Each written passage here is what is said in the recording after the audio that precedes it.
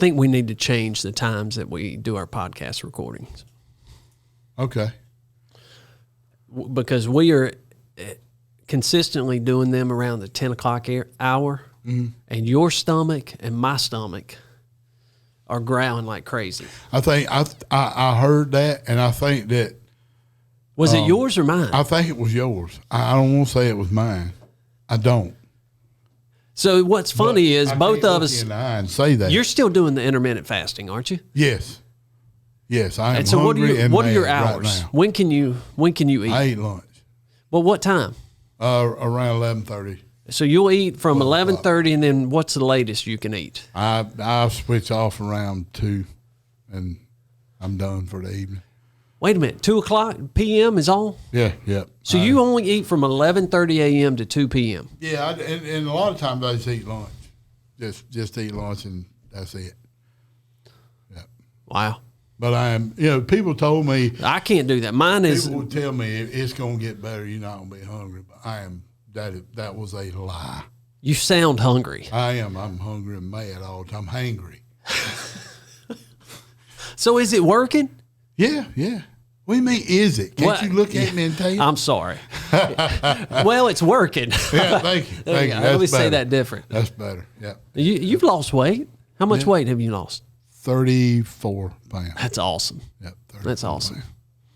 Yeah, I made a goal this year. I wanted to be able to find at least 1 or 2 of my abs this year. Oh, okay. And so my buddy told me about this intermittent fasting thing. My schedule looks a little bit different than yours. Mine, I'm 11 to 7. Okay. Yeah. Okay. So 7 o'clock is as late as I can go. My goal is I just want to be able to see my feet. If I can get that. When's the last time you saw your feet, Bam Bam? I have some. When I'm sitting down, that's about it. Yeah. Yeah. All right. Look, well, we got a podcast. We get through this podcast and we go eat lunch. We gotta get work. We gotta get. I'm excited about this one. You ready? I am too. I'm ready. The sound of that tractor means it's time for us to go to work. Welcome to the Give Us the Dirt podcast, powered by Hoopaugh Grading Company. I am Brandon. This is Bam Bam, and we are your hosts. Okay, this is an exciting episode for us. We got one of our own in the studio today, so I'm going to introduce you, if you don't mind, real quick. Our next guest is someone who doesn't just work in the world of construction, he lives it and breathes it. Russell Davis is one of our very own at HGC and is joining us today to share his incredible journey in the industry. Russell's been a part of the HGC family for the past 3.5 years, and right now he's the man in charge as General Superintendent. But here's the kicker, folks. Construction is not just a job for Russell. It's practically in his DNA. Russell's family's been building the foundations of the construction world since before he was even born. With a whopping 20 years of experience under his belt, he's seen it all. Russell's journey with heavy machinery started with driving a dozer when he was just 8 years old. So hold on to your hard hats, because we're about to get some great insight from Russell Davis and maybe even learn a thing or two about what it's like to grow up with bulldozers as playmates. Russ, thanks for being in the podcast with us today. Not a problem, man. Not a problem. This is a little different than your normal day-to-day. This is a lot different from my day-to-day. A lot different. What'd you tell the team when you left? What'd you tell them you were going to do? I told them I was going to go do a podcast. When it come out, none of them could make fun of me for it. So, did they laugh at you? Very much so. Well, I'm sure they're excited for you. There's going to be some jokes too. Oh, I'm sure they're going to be excited for you too. Yeah. Well, this is fun, man. I've been looking forward to this episode. I don't know. Do you know how you got here to the podcast? Yes, I do. How?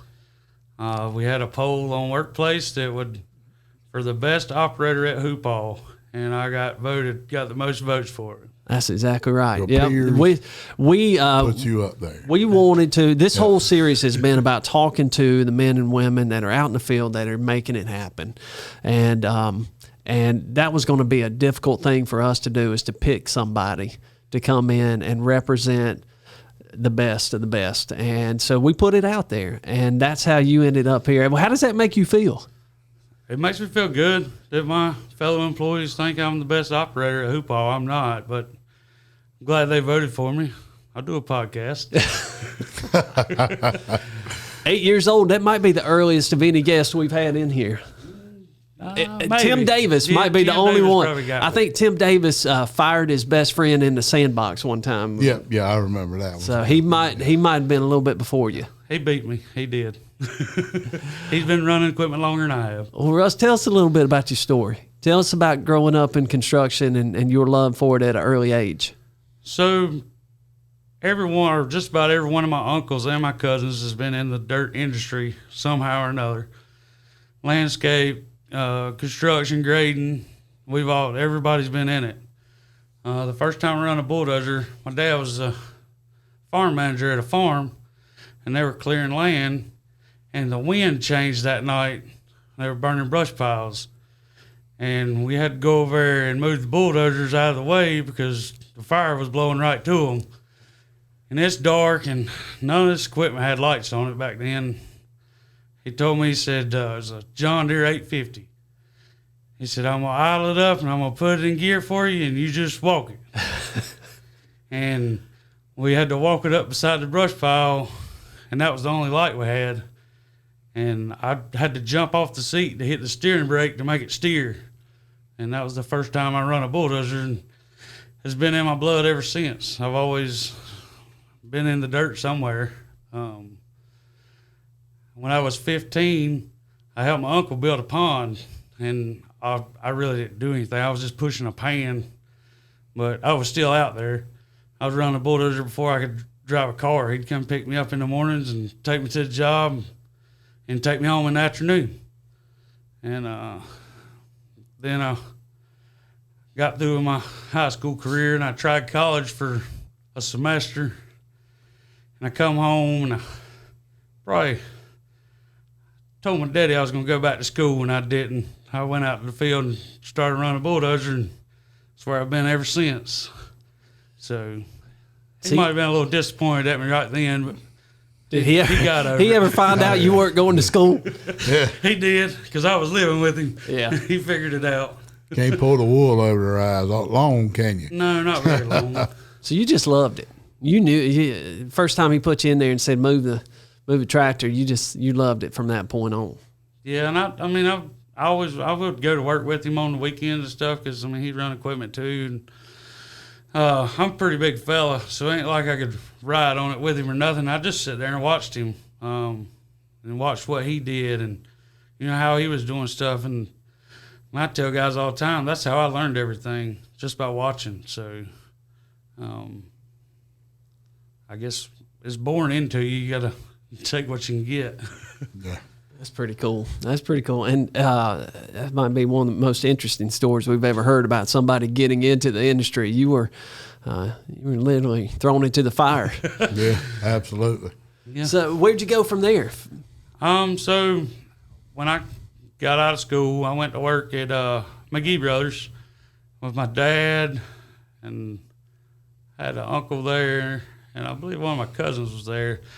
And that's where I started my grading career professionally, I guess. I'd been in it off and on the whole time, but started out running a 621 pan. Worst piece of equipment this ever built. But I was 19, we were having fun, it didn't matter. Ran it for a little bit, and then it wasn't long after that, they put me on a 953 track loader grading pads. Started grading pads with track loader, and I worked at McGee Brothers for 8 years, just doing whatever needed to be done. Running a scraper, running a loader, running a track hoe, whatever I needed to be on, and finished there and made it through the recession and everything at McGee Brothers, and had a guy we were doing some work for that had a lot of work coming up. He wanted to get out on his own and do his own work, so me and Daddy left and went to Purcell Construction. And I was at Purcell for 7 years, I believe. And me and Daddy kind of started the grading division for them, and just a small operation. It wasn't nothing big, but really nice people to work for. But I was starting to get behind on technology, and I wasn't retiring no time soon, so got to talking to Tim and Grayson really sold Hoopaugh to me. So after I left for sale, I came over here, and I've been here ever since. That's great. So 3.5 years, is that right? Yes, 3.5 years. Pretty cool. Yeah, Grayson's pretty good. He's pretty good salesman on that. He got you, huh? Yeah. Was it everything you told you it would be? Oh, yes. I mean, I love working here. The technology is amazing, and that's what I was going for because, like I say, if you get behind on this stuff, it's just like a computer. I mean. Had you had that before? No, sir. We were still grading with grade stakes. How do you feel about that? As somebody that has been running equipment as long as you have, how do you feel about what changes you're seeing on the technology side of it? I think it would help if they would have to grade with stakes for a little bit, just to see, not rely on that GPS and stuff so much. Because I can walk up to something and look at it, and I know, depth wise how deep, and you start losing your depth perception on how deep a cut is, or if you're not reading a stake all the time. A lot of times I tell the guys, how wide's your bucket? How long's your bucket? How deep are your teeth? Use that stuff to judge how you need to. If I tell you need to cut 2 feet, now you know where 2 feet is. You're not just guessing. But it does make our job easier. Be able to pull the rover out and walk out there and stick it in the ground and tell you exactly what it is. It's very helpful. That's good advice for us. So it's the way you look at it. It's probably that's the way we really need to treat this. Is that it's a tool for us to be able to get better at what we do, but we can't rely on it completely. Right. We still need to know how it's done. Yep. And it's like I say, it's a tool. So if something happens to that tool, you still need to be able to do your job. Yep. May not be precise, but get it really close. Yeah, and if you learn it the hard way, then that GPS, that's cake there. If you learn it the hard way. And let me ask you this: did you think that going from machine to machine for the first company there that helped build you, didn't it? Oh, very much so. Yeah. It was a learning experience on everything. And new piece of equipment comes out, I want to get on it. I want to see if I can run it, and I want to be good at it. There's not a machine I've ever got on that I didn't feel confident I could figure it out. And that's a big part of why I'm so diverse in equipment, because I want to learn, I want to know it. But also, you don't need to get too far ahead of yourself. Learn one piece at a time and get proficient at it, and then move on to the next one. There you go. Yep. And that's a big thing too. You got to be good at one before you move to the next one. So if they drop something off new on site, Russell's going to be in. You're going to have to get Russell out of the driver's seat for you. Oh, Russell's going to try. I can't teach him how to run it if I don't know how to run it. There you go. That's right.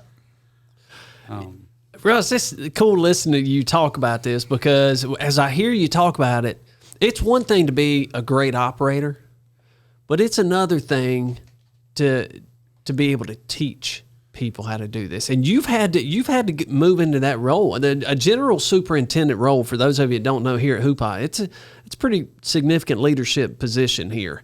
And so you've got a lot of men and women that are out there that depend on you.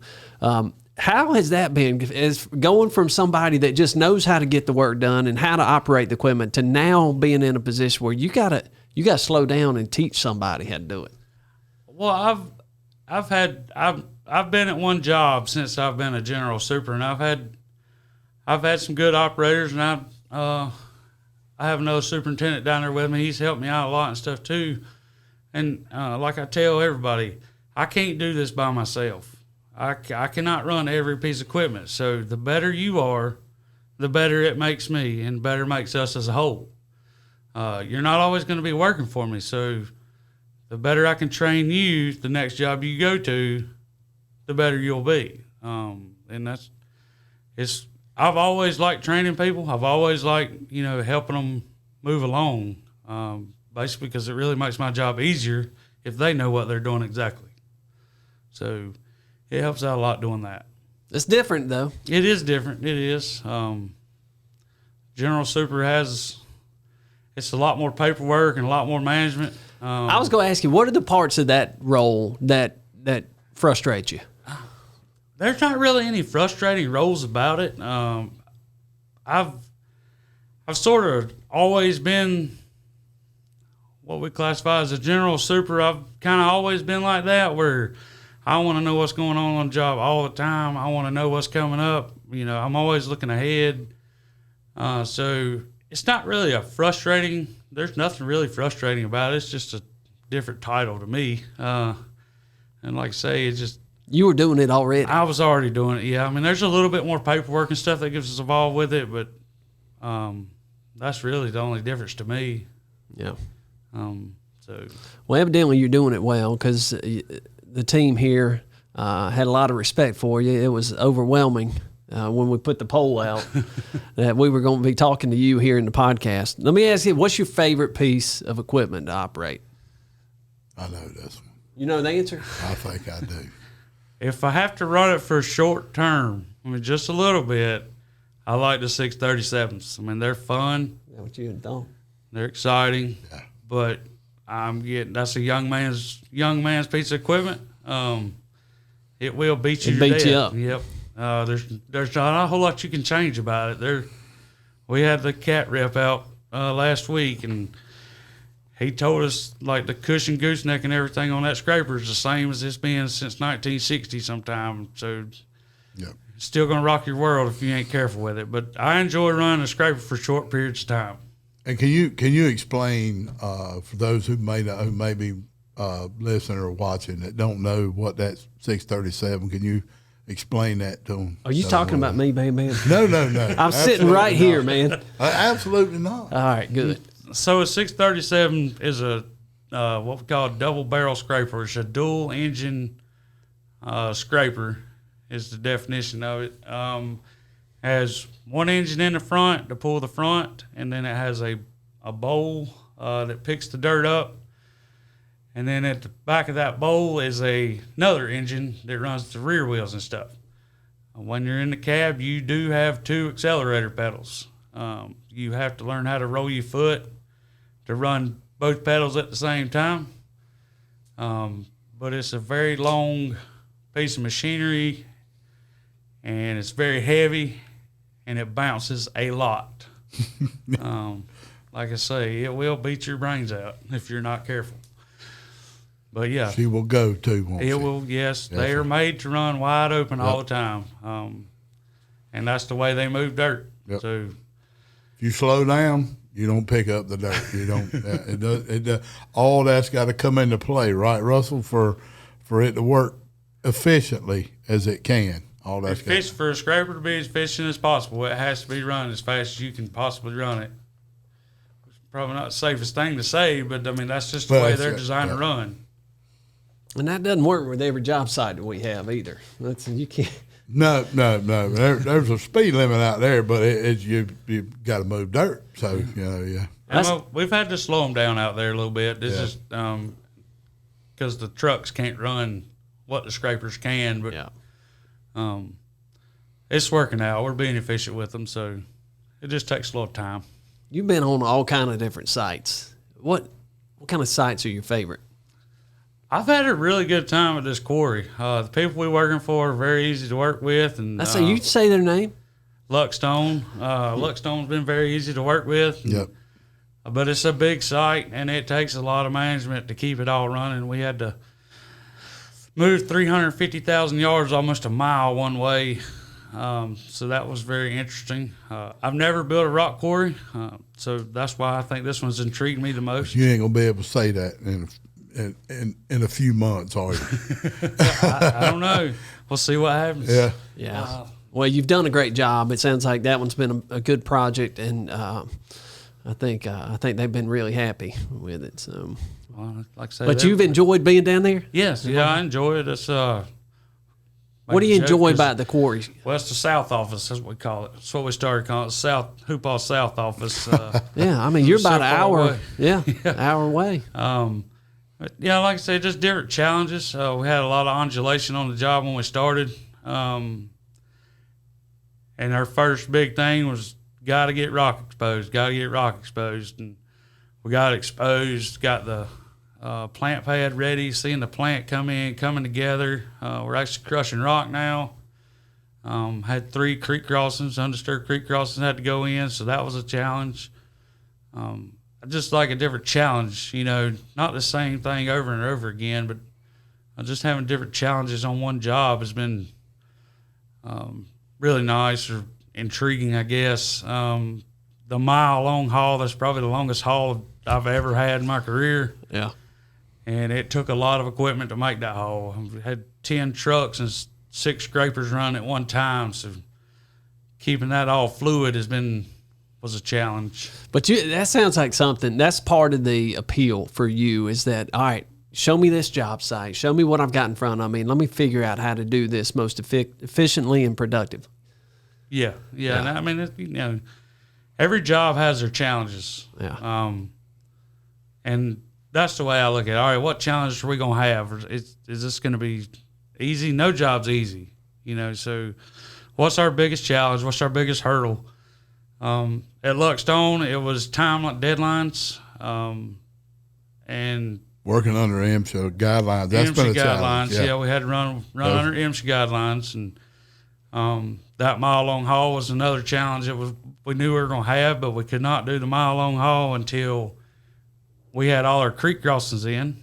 So the shop team and everybody, we had to make temporary bridges to go over these crossings that would handle the equipment that we were going to be running, because we weren't going to have the crossings in time, the actual permanent crossings in time before we needed to start moving that dirt. So the shop team come up and built some MSHA certified bridges and got those put in. Had to involve the federal agency, MSHA, in the design of the bridge to make sure that it was approved by them before we could actually put them together. So you had to draw it up, submit it to them.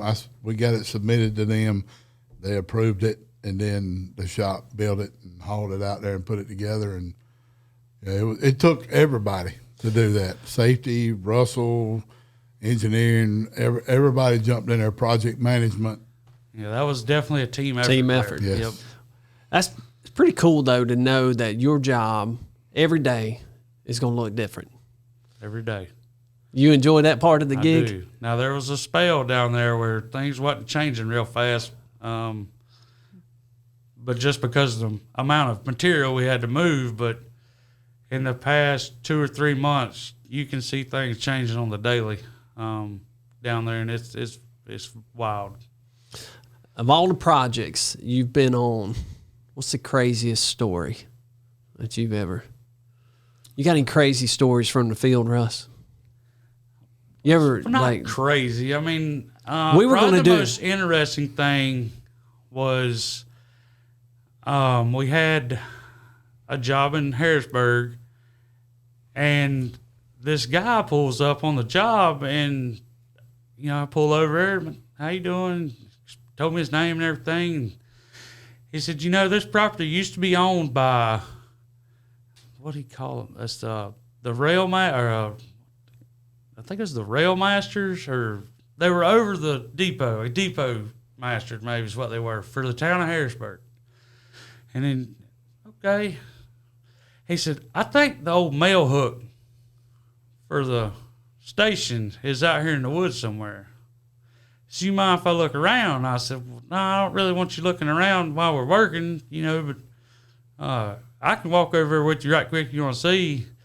And we walked over there in the edge of the woods. Sure enough, was the old U.S. mail hook for the town of Harrisburg train station. Assembled completely together.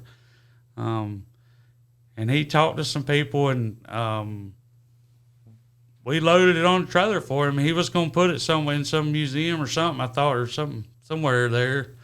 But it was pretty cool. I had never seen a mail hook before. That's before my time. What is a mail hook? That's where they would drive by and get the mail off of the hanging in a bag. It's in a bag? The mail was hanging, the outgoing mail would be hanging on this hook. And when the train come by, the mailman would throw the mail that was supposed to be for town of Harrisburg, he would throw that mail out. And then the hook would come along and grab the bag So the train never had to stop. That's pretty cool. So, That's pretty cool. Just because I knew what that was, I just want to let everybody know that I am not that much older than Brandon. Rusty used to, that was his job before we hired him. He used to I operated the mail hook. Yeah. Is that the craziest thing you've ever found on a job site? We were going to do an episode about craziest job site discoveries, and we still will. We've got a few of them. We're just trying to compile a bunch of them. But yeah, I mean, we talk about it at family function all the time. How many gold nuggets have we dug up as a family? A lot of people ask, you ever found any arrowheads? No, I've not really looked for them. There's nothing other than like profiles of the dirt and stuff. That's pretty wild. Sometimes you get in a deep cut. I had a strip almost beach sand about 2 foot wide in a job one time. I mean, it was about pure beach sand, but it was in red dirt. I have no idea how I got there. That was a volleyball court, probably. I'm sure it was. Yeah. Dinosaur volleyball court. Yeah. Because it was about 20 feet in the ground. Yeah. But I've had a stolen car on the job before.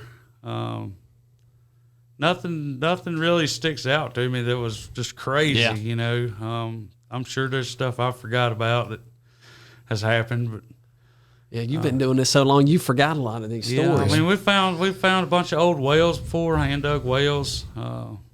They used to be walking along out there, and there's a hole in the ground. It'd be a 50-foot deep hole. It's got rocks stacked all the way around it. That somebody crawled down in there and dug that and stacked all those rock in there at one time or another.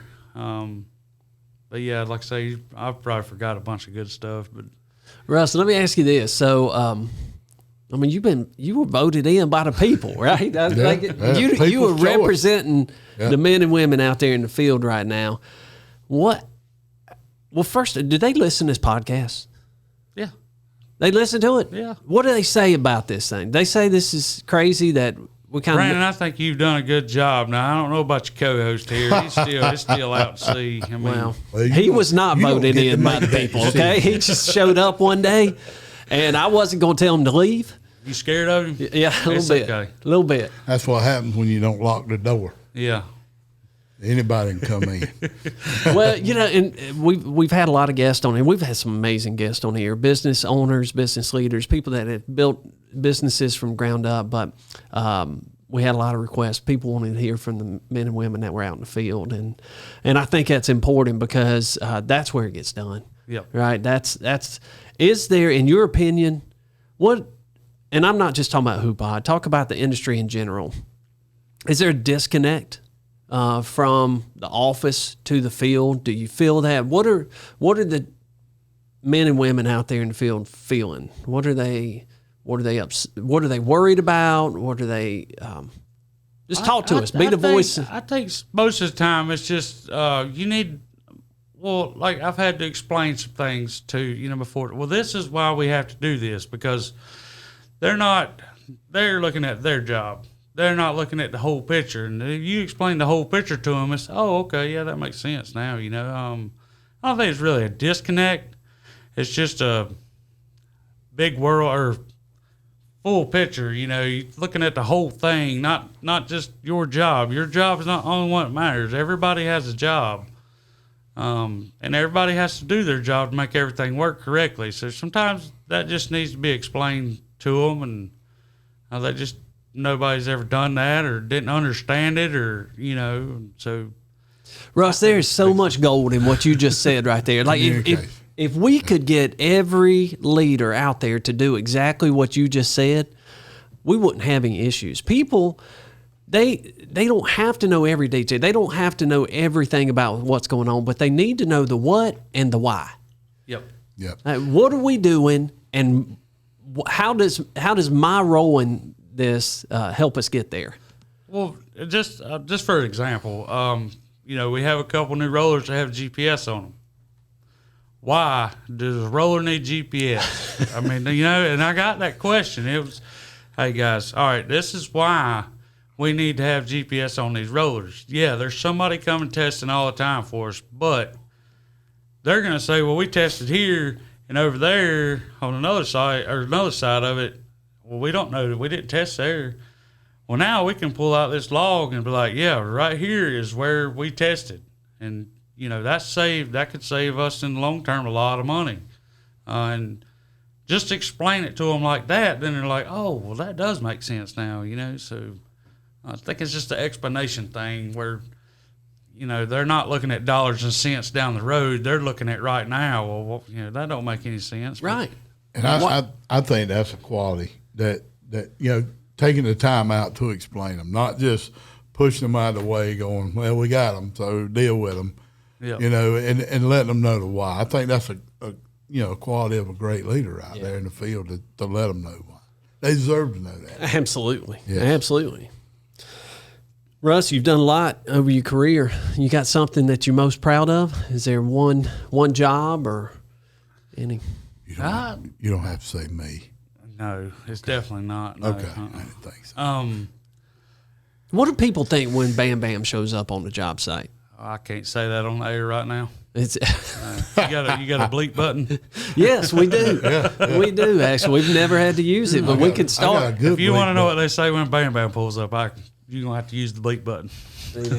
We got to work on making you a little bit more presentable. No, just approachable.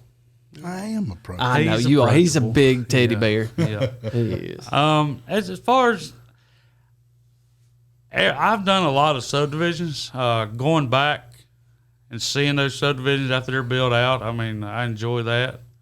Make sure the road's not all busted up. Make sure I did my job and everything. This rock quarry has been really, that will be a highlight of my career, I believe. I mean, there's countless ones you can ride by, and you see the memes and everything of tradespeople riding by. Oh, I worked there, Well, I built that subdivision, I did all this work out here, and that gives me a lot of be able to ride through and be able to tell. Maybe not just say it to somebody, but just ride by and be like, yeah, I did do that. I built that. I think that's one of the coolest things about our industry is the pride that comes with knowing that you had a part in something, that you drive by and see it out there and you see it go from nothing to something, and knowing that you did that and you've got that forever. Yep. And like I say, I mean, I don't remember everything I've done, and everything. I did do a lot. We did do, me and my dad and couple others during the recession, we did a lot of erosion work. What happened during the recession was the developer would go broke and the bank would take it back. Well, then these municipalities figured out, well, we'll just start sending the fines to the bank because the bank can't say they don't have no money.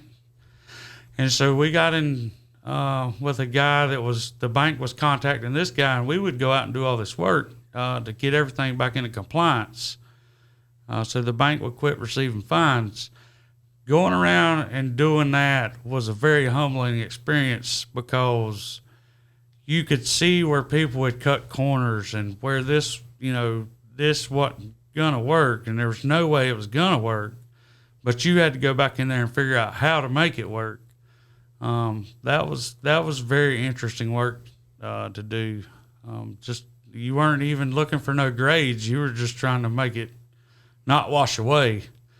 So I enjoyed doing that I think we did that for 9 or 10 months, but that's about all I wanted of it because that was enough. It gets very time consuming, and ordering rock and stuff, and it just gets nerve wracking after a while trying to fix everybody's screw up. But, so that was uncovering. It was just, what are we going to uncover on the next turn type of thing. I mean, and we did a job one time. The pipes were laid backwards in the ponds, and so they filled up with mud. And then we had, I think, 7 foot of silt sitting in this pond. We had to get out, and I'm talking sloppy silt.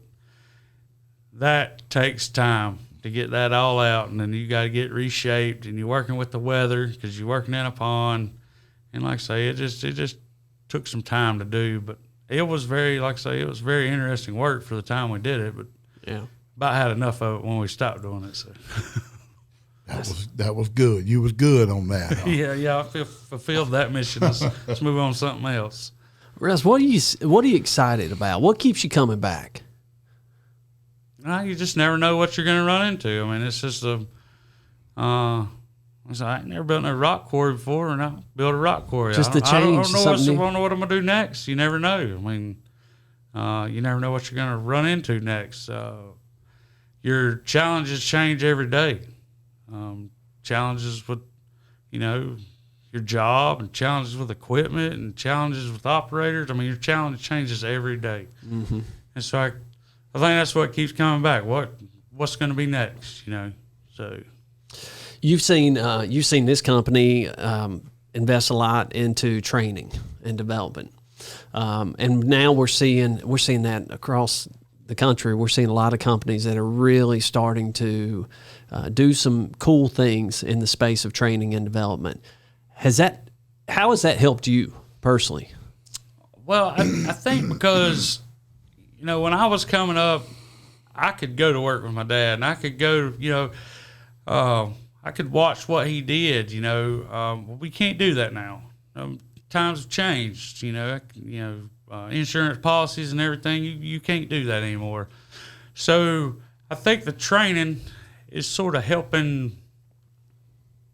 Sort of what I learned over time is we're trying to get that to them now. It's a good thing. I mean, I wish I had some of it. I had to learn the hard way. I went to school of hard knocks. I worked with my dad a lot. And I was just supposed to know most of the time, but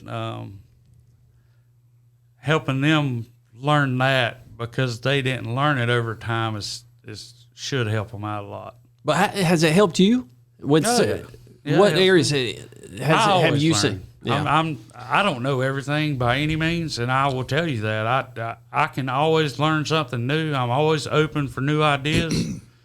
Tell my operators, how do you want to do this? Challenge them with what way would you do this? And then if that's not exactly how we want to do it, if it gets the job done, we'll do it that way. If it's not going to be safe or we need to change it a little bit, this is why we're going to change it. Yeah. Explaining why you make the decisions you do will help them in the long run is teaching them too. But all this MSHA stuff, I had no clue about MSHA until Bam Bam over there told me it's all written in blood and scared us and everything. So they're serious. Yeah, he's serious. Serious about that. Yeah, got all kind of war stories for him too. Yeah, I think it's cool to see, someone like yourself. It makes sense, right? You've been doing this since you're 8 years old, but and so the training for someone like you looks different. You know how to run the equipment, but giving you some tools to be able to lead teams and communicate with people that didn't grow up on a farm, right, that weren't running equipment at 8. Some of these people have never been in a piece of heavy equipment, and I think it's cool that the industry has now figured out how to teach someone the trade, how to teach them how to do the job. Right, and we're still learning how to teach them too. I mean, nobody learns the same. So some people learn at a faster pace than others. I mean, you may be able to show something one person one time, and then they'll be good with it forever. But you might have to show somebody a couple times, or some people may not just get it. Some people ain't made to be in this industry. So, but learning how to teach people how to do what we do works, and we just need to keep evolving that learning process. Can you spot an operator really quick? Can you look at somebody and watch them and say, in just a couple minutes, say that person's gonna be good? Yeah, most of the time. I mean, not all the time. I give them some chances and see how they're gonna take off. But yeah, you can most of the time you can tell how good they're gonna be, or where they're gonna be. Or I mean, some operators they're good at what they do, and that's what they want to do, so that's all they're going to be, and they're fine with that, right. And then some of them you can tell to ask questions, why are we doing this? Why are we doing that? Most of the time they're going to be pretty decent. See there, Bam Bam, he gives people chances. Absolutely. Y'all kicked me off the simulator the first time I got on it. Well, yeah, we was just trying to keep it operating so that other folks could enjoy the simulator as well. It's okay, Brandon. It happens. Some people are made for it. Some people aren't. I said some people are just good at podcasts. That's it. I tell you, one of the things that I like about Russell is his leadership out there in the field. It's kind of a no frills. It is what it is, and it ain't what it ain't kind of a leadership. He has a good morning meeting for his folks. Make sure everybody's clear on what is to take place today and what their part in that is, and that's we all need that in the mornings. We need that kick in the tail in the mornings to get us started. Russell's more than willing to give the kick in the tail in the morning to get them started. Well, you're setting the tone for the whole day right there. Yeah. I mean, and then, you just sort of go over what you did the day before, and just remind everybody, this is what we're doing. And they love, I got a saying down there. I love this one. If you think it's stupid, it probably is. Okay? That's the last thing they get told most mornings. Yep. And it's not calling anybody stupid. It's just if you think it's stupid, it probably is. Stop. Let's think about it. Don't do it. Hey, there's the name of this episode right I'm telling you, Bo, that's one of the greatest lines in a safety. Did you get that, Caroline? Ever. If you think it's stupid, it probably is. Yep. That one's going to stick. I like that. And it's nothing special. It's just think before you do. Yeah. If it's something a little bit out of the ordinary, and you're like, wait a minute, I don't know about this, call somebody on the radio. Yeah. WWRD. What would Russell do? There you go. So, like I say, we try to keep it simple. I mean, there's nothing. We're moving dirt. Dan Purcell told me one time, he said, we're just out here moving dirt. We're not trying to land a space shuttle. And he's got a point. We're moving dirt. If you mess it up, we can fix it. As long as we know we messed it up, we can fix it. Catch it in time, I guess you have to say. But it's probably a pretty good saying he ever said. We ain't trying to land a space shuttle out here. Moving dirt. Yep, just moving dirt. And that's where it's at, and we never lose sight of that. We've got this thing, we've got all the training, we've got all these different initiatives that we're doing, and different aspects of the business. But at the end of the day, none of this exists until that load of dirt gets moved. And the men and women that are out there doing that each and every day, that are in the hot, golly, I can't tell you how much I've thought about you guys this week, and it's been hot this week, but that's where it's at. And making sure that all of this stuff doesn't get in the way of what you're trying to do out there, that it's just a tool for you to do it, and it's support. That's the only reason we exist. That's the only reason I have jobs, to make sure you, Russ, have everything you need to be successful out there. And so I just want to tell you how much I appreciate you. I know your team appreciates you because they wanted you to come in and tell your story. Yep. But we appreciate what you do for this company and for this industry each and every day. Yeah, and I can't do it without them. So like I said, and one of the leadership things that I keen on is, if they're not doing it the exact way you think it needs to be done, but they're still being productive, let them do it. Because you stopping them and changing it is, you're going to lose production changing it. Just if they're doing it, get it, just because you think it needs to be done this way, if it's getting done that way, let it go. You've been gone for 2 hours now. What do you think they're doing? They're doing fine. They over at Bass Pro Shop right now. Pizza party. Yeah. We don't have nothing out there. That's the only good thing is that you're far enough. You don't go to the Waffle House. You ain't. Jonathan's down there. My superintendent, he's down there running the job.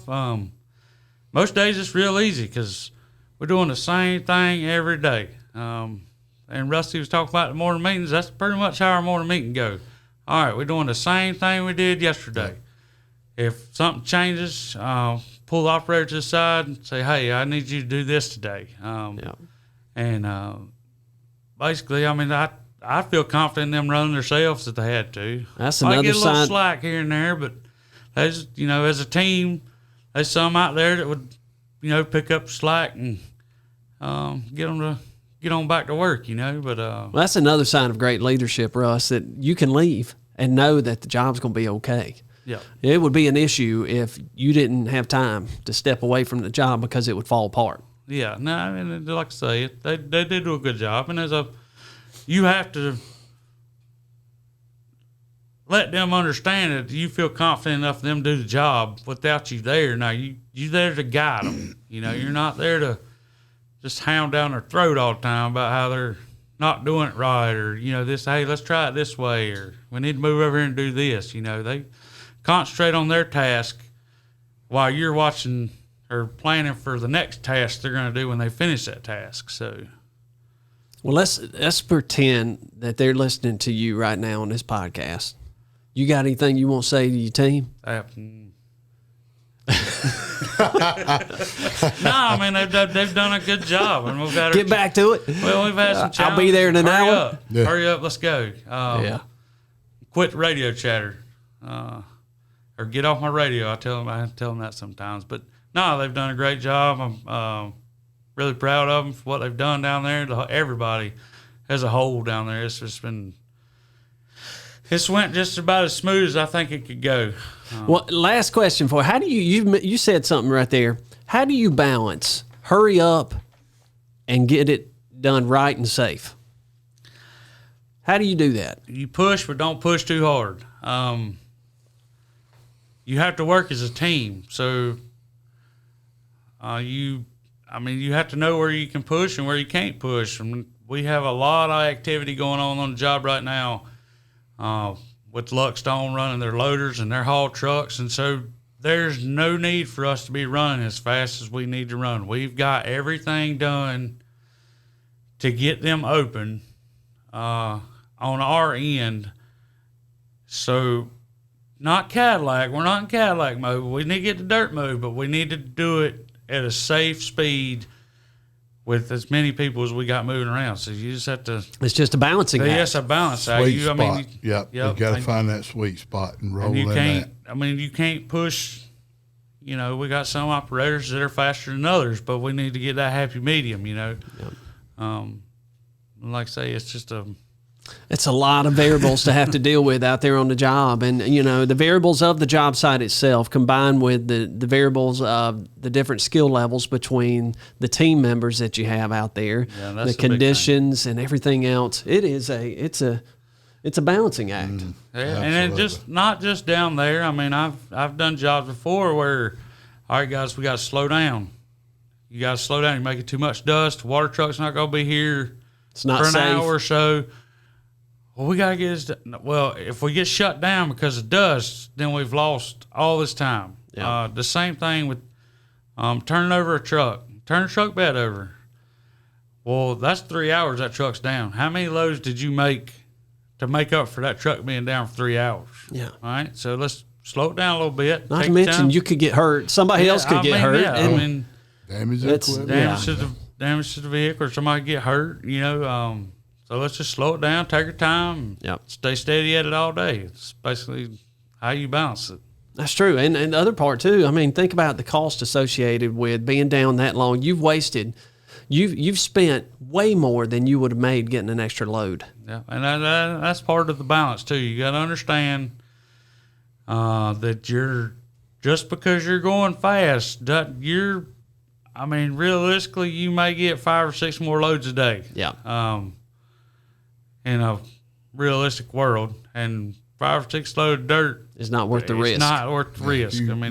You flip that truck bed, you're going to miss out on 10 or 12 loads of dirt while they trying to minimum. Yeah. I mean, that's the minimum. And you're going to congest up everything else. Mm-hmm. You're going to, you're probably going to be in the haul road. We're going to have to readjust the haul road. It's just a dust aspect.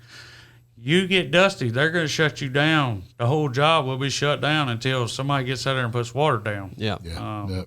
So, well, Russ, you now have to add podcast celebrity to your extraordinary. I'm gonna be a superstar. Absolutely. To your list of accomplishments, and it has been a lot of fun having you in here today. And I love hearing your story. I love hearing your passion for what you do.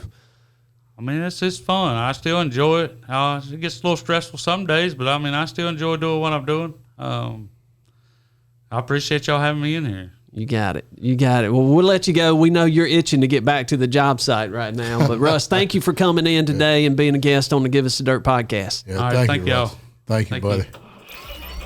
Thank you for digging in with us on this episode of Give Us the Dirt, powered by HGC.